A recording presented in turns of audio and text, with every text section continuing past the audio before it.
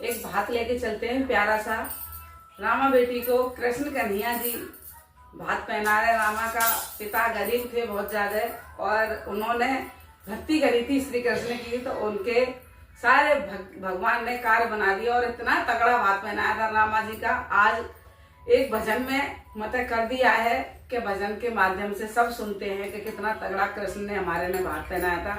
कृष्ण जी ने भाई बन के और बहन की लाज रखी थी। और आज भी अगर श्रद्धा से मानते हैं तो वो सब कुछ होता है।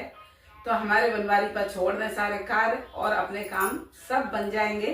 तो एक उनके लिए बड़ा प्यारा सा भात है, तो वही लेके चलते हैं। एक रामा बेटी को उन्होंने भात पहनाया और कितना अच्छा भात पहनाया। वो आज भी कहते हैं हुंडियों की बरसात होती है वहाँ, और किसी कभी भी धन की कमी नहीं है वहाँ। तो ये अभी भी देखा जाता है वहाँ, और वहाँ वाकई में ही है कि वहाँ किसी चीज की कमी नहीं है। कि बहुत तगड़ा उन्होंने कृष्ण कन्हैया जी ने हमारे ने भात पहनाया। और वो रुक्मिणी जी गई थी कि जसोदा जी गई थी, वो कौन गई थी, उनके राधा जी गई थी शायद, उनके साथ बन के वो भाभी बन के उनकी कि चलो मैं भी चलती हूँ स्वामी तुम्हारा भात पहनाने के लिए, क्योंकि तुम्हारी बहन है तो मेरी भी तो नंद है, तो मैं भी भात पहनाऊंगी। तुम जेंट्सों को पहनाना और मैं लेडीज को पहनाऊंगी। कि चलो ठीक है। तो दोनों चल दिए और बन के आ गए वहाँ भतैया। तो आगे सुने आप, बहुत अच्छा भजन है, भात है।